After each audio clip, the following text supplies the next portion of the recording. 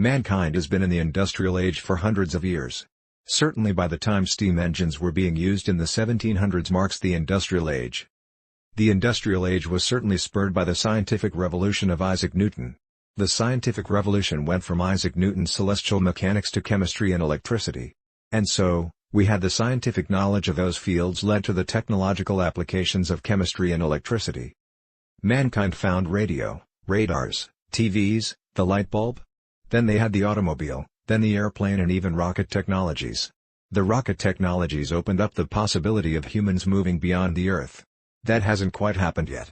But, as of me writing this, SpaceX, Blue Origin, and a host of others may finally make that a reality. In the 20th century, mankind advanced to quantum mechanics and general relativity. This opened up nuclear power for both good and bad, nuclear energy plants and nuclear bombs. We got to see some really Star Trek-ish technologies like the electron microscope and lasers. What futuristic technologies awaits us now? As of my writing, artificial intelligence is finally coming out of the labs. Isaac Asimov's robot future is right around the corner. The AI is based on the computer which had been advancing since the 1800s with Babbage's ideas although not built. The history here goes back much further actually, even all the way back to Babylonian days with the abacus.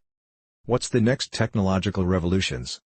One answer was suggested by Richard Feynman back in 1959, just 2 years after Sputnik. He suggested using electron microscopes to make anything, to atomic precision, every atom in its place. Richard Feynman also thought of quantum computers. A quantum computer could solve problems classical computers can't solve in thousands of years. As of writing, it appears quantum computers might become a reality before Richard Feynman's nanotechnology. Maybe it'll take quantum computers to figure out nanotechnology. But, I was actually trying to make a video about Drexlerian nanotechnology. So, I'm going to talk about nanotechnology now. When Eric Drexler thought of his nanotechnology, Richard Feynman had dropped the subject shortly after giving a speech about his ideas in 1959. They debated what to call his nanotechnology. They wanted to distinguish between a variety of technologies that can be confused with Eric Drexler's ideas. Chemistry can be called nanotechnology. Semiconductor fabrication is a kind of nanotechnology. I've come to call Eric Drexler's nanotechnology, Drexlerian Nanotechnology. Drexlerian nanotechnology is having molecular machines that can do single-atom chemistry, and can then pattern things, both on a nanoscale and macroscale, to atomic precision. I like to compare Drexler's nanotechnology to a computer. Instead of juggling electrons or photons in a photonic computer, Drexlerian nanotechnology juggles atoms. Instead of a pattern, a picture, a graph on a computer screen, or a printout on your printer, you get a physical object to atomic precision. If one can make Drexlerian nanotechnology, we're in the Diamond Age, as Neil Stephenson says in his book titled The Diamond Age.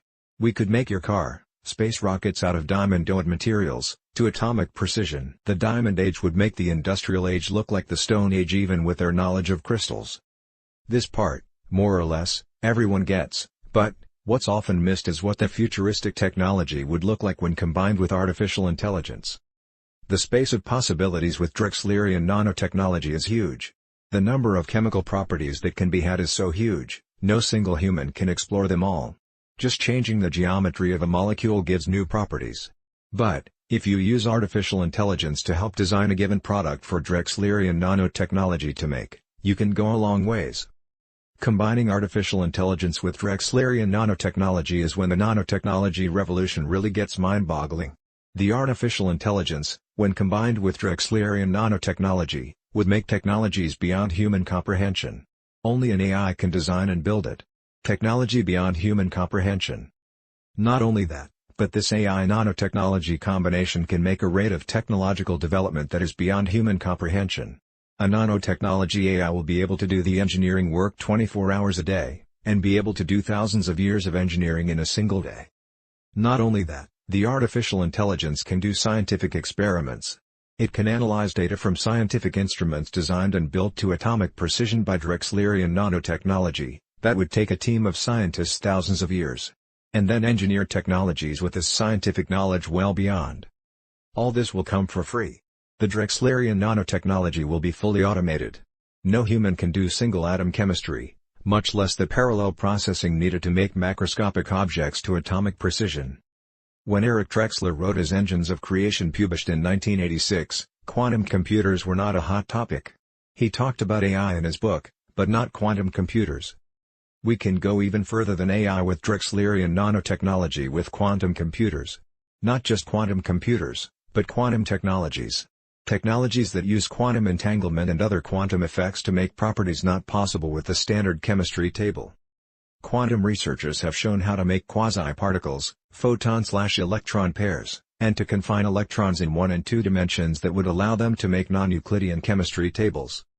Shoot, Drexlerian nanotechnology can make superconductivity practical. Quantum researchers have made advances in superconductivity to make nuclear fusion finally possible. But, Drexlerian nanotechnology would make superconductivity cheap and easy. What other science can lead to futuristic technology? How about chaos theory? Scientists have shown how to go from strange attractors' chaotic dynamics, to any of its possible stable states. They'd done this for mechanical, electrical and chemical systems. Using this ability in technology would be like making a pencil stand up on its tip. Scientists have already used this for nuclear fusion reactors.